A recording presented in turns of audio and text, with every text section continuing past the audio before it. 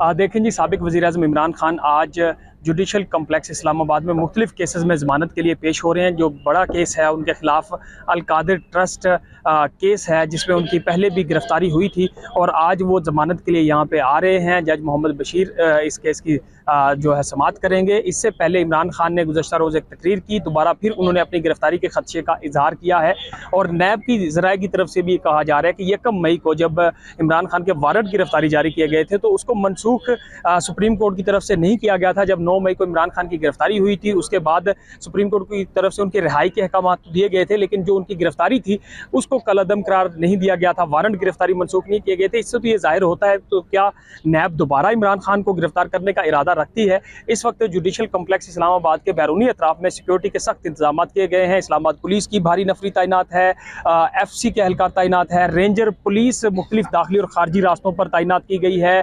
ये जो रास्ता है, मेन रास्ता जो जुडिशल कम्प्लेक्स को आता है, जिसमें इंसदाद दहशतगर्दी की अदालत भी है और इमरान खान के जो मुख्तलिफ केसेस हैं जिनको F8 कचहरी में जिनकी समाअत होना थी, वो केसेस भी यहाँ जुडिशल कम्प्लेक्स में मुंतकिल कर दिए गए थे और वहाँ भी उनके मुख्तलिफ जो 16 से ज़ायद मुकदमात हैं उनके ऊपर उसकी ज़मानत के लिए समाअत होनी है। अभी हम देख रहे हैं काफ़ी ज़्यादा जो FC के एहलकार यहाँ पे नज़र आ रहे हैं। इस्लामाबाद पुलिस अपनी पोजीशन संभाले हुए हैं, किसी भी वक्त इमरान खान यहाँ पे पहुँच जाएंगे और फिर उसके बाद देखना होगा कि अहाता अदालत में क्या इमरान खान को गिरफ्तार किया जा सकता है। ये कहना कुछ भी कबल वक्त है। और पहले जब इमरान खान की गिरफ्तारी हुई थी या पहले जब भी वो आते थे तो उनके साथ कारकुनान आते थे, पार्टी रहनुमा आते थे, लेकिन जब से तहरीक इंसाफ के रहनुमा छोड़ के गए हैं या 9 मई के वाक़यात हुए हैं उसके बाद कारकुनान यहाँ नहीं आते।